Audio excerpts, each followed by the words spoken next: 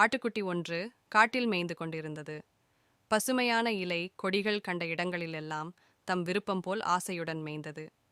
சிறிது நேரத்தில் ஆட்டுக்குட்டிக்கு தண்ணீர் தாகம் எடுத்தது. சுற்றிலும் கிணறு இருந்தது. ஆனால் எங்கும் தண்ணீர் கிடைக்கவில்லை. தாகம் மிகவும் வாட்டி வதைத்தது. இன்னும் சிறிது தூரம் தள்ளிச் சென்று பார்த்தது. ஓரிடத்தில் பெரிய கிணறு இருந்தது. கிணற்றுச் சுவரின் மேல் ஏறி உள்ளே எட்டிப் பார்த்தது. கிணற்றின் உள்ளே சிறிது தண்ணீர் இருந்தது. சுவற்றின் ஓரத்தில் பசுமையான புற்களும் வளர்ந்திருந்தன. அதைக் கண்டவுடன் ஆட்டுக்குட்டி நமக்கு குடிக்க தண்ணீர் கிடைத்து விட்டதே என நினைத்து, அத்துடன் தண்ணீரைச் சுற்றி இருக்கும் பசுமையான புல்லையும் சாப்பிடலாம் என எண்ணி மகிழ்ந்தது. கிணற்றின் உள்ளே ஓரமாக படியும் இருந்தது. அதன் வழியே மெதுவாக கீழே இறங்கிவிட்டது. பசுமையான புல்லை மேய்ந்து தண்ணீரும் குடித்தது. கிணற்றின் அடிப்பகுதிக்கு சென்றது. சரி, இனிமேல் மேலே செல்லலாம் என முயற்சி செய்து படிகளில் ஏற பார்த்தது.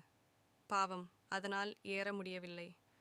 படிகளின் இடைவெளி அதிகமாகவும் உயரமாகவும் இருந்ததால் அதன் முன் கால்களை வைத்து மேலே ஏற முடியவில்லை. எவ்வளவோ முயற்சித்தும் கீழேயே விழுந்துவிட்டது. அதனால் கிணற்றின் மேலே ஏறி வர முடியவில்லையே என எண்ணி மிகவும் வேதனை அடைந்தது. தன் நிலையை நினைத்து உள்ளே நின்று கத்திக்கொண்டே இருந்தது. அந்த வழியே ஒரு குரங்கு வந்தது. கிணற்றுக்குள் இருந்து ஆடு கத்தும் சத்தம் குரங்கின் காதில் விழுந்தது. கிணற்றுக்குள் இருந்து தானே ஆட்டின் சப்தம் வருகிறது என நினைத்த குரங்கு கிணற்றில் எட்டி பார்த்தது.